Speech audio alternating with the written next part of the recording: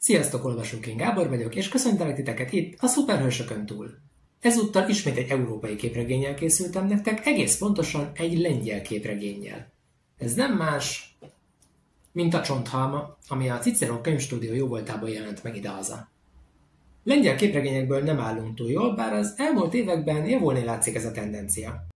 A lengyel képregénypiac egyébként azért lehet érdekes magyar szemmel nézve, mert bár a rendszerváltáskor hasonló szintről indultunk, a lengyeleknek azóta sikerült bekerülniük az európai képregényes élet középmezőnyébe. Bár a lengyeleknél is hasonló mértékű az érdeklődés a képregények iránt, mint idehaza, mivel ők közel 40 millióan vannak, így lakosság arányosan ez négyszer több olvasót jelent. Ami pont elég ahhoz, hogy több kiadót tudjanak eltartani, akik színesebb választékot tudnak kínálni számukra. Ennek ellenére még a lengyel képregényalkotók sem tudnak megélni pusztán a kiadványaik eladásából. Akit egyébként ennél mélyrehatóbban érdekel a lengyel képregény, annak ajánlanám a Comics Kölykök egyik podcastjét, amiben Kellerman Viktória volt a vendég. Kellerman Viktória a lengyel képregények legnagyobb hazai szakértője. Nem mellesleg ő fordította a Vaják könyvsorozatot, illetve a mai kötetünket is. A beszélgetés linkjét megtaláljátok a leírásban. És akkor végre érkezzünk meg Csonthalmára.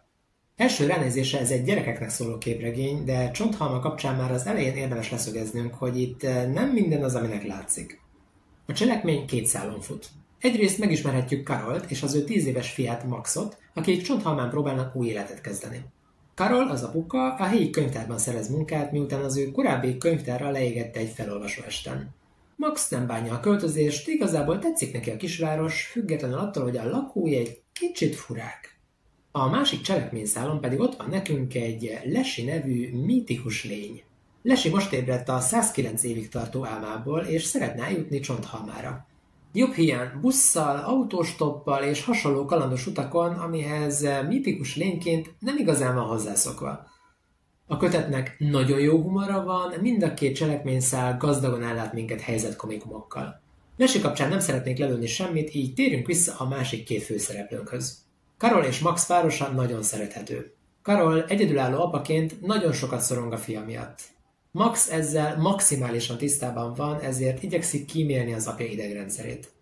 Egyébként korához képest nagyon talpra esett, nyitott és életre való srác. Szerencsére a városban lakó fiatalok is érdeklődnek felé, így hamar sikerül új barátokat szereznie. Karol is nagyon hamar kivívja kollégái elismerését, miután sikerül bizonyítani a könyvtárosi szakértelmét. Emellett úgy néz ki, hogy kezd egy kis románc kibontakozni közte és a helyi bár kultusműve között. Szóval mindenki boldog, mindenki elégedett, mindenki megtalálta a számításait. Látszatra. Csak hogy, mint mondtam, Csonthalmán semmi nem az, aminek látszik. Nem akarok lelőni semmit, az viszont már az elejétől sejthető, hogy a szerző ehhez a műhöz nagyban merítette a szláv mondavilágból, illetve a lengyel folklórból. Ha pedig van valami, amivel engem nagyon hamar le lehet venni a lábamról, az a kelet-európai mondavilág.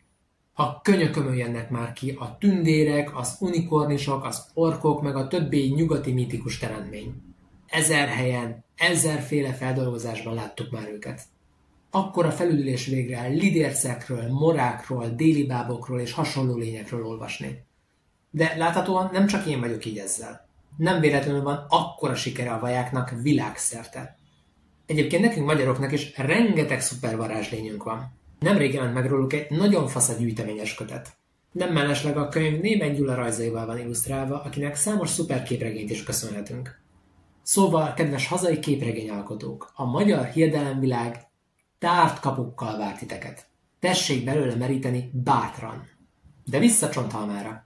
Nagyjából a kötet felére kiderül, hogy mi is ez a város tulajdonképpen, ahová a főhőseink csöppentek, és ahová szerencsétlen Lesi pajtásunk próbálja elverekedni magát végre.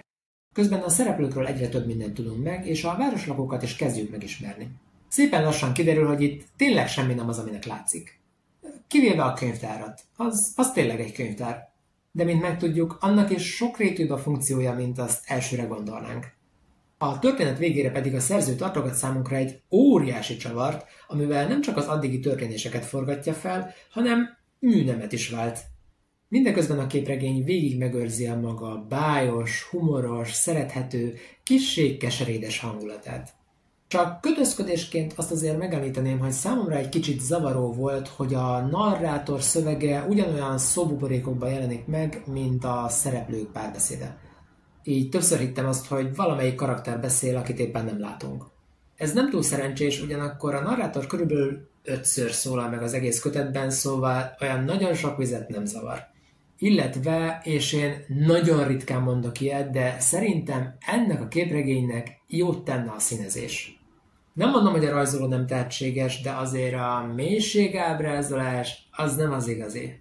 Érdemes lett volna színekkel megtámogatni.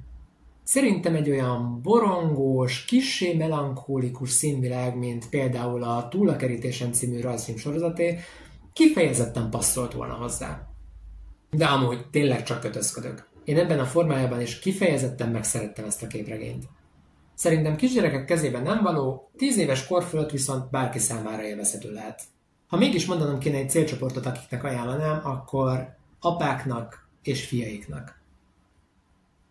Köszönöm szépen a figyelmet, ha tetszenek a videók, akkor ne felejtsetek el lájkolni és feliratkozni. Hamarosan újra találkozunk, addig is jó olvasást kívánok mindenkinek!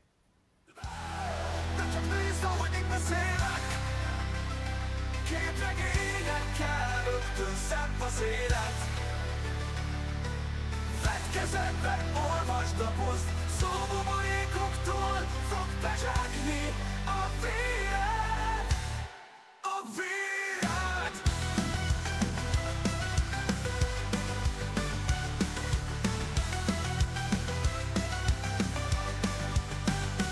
Ugorj a seggeszt, a panel rengetegbe, és ha bejött, gyere még egy körre, olvasd és lájkolj, tök mindegy a sorrend, van még ahonnan ez jött.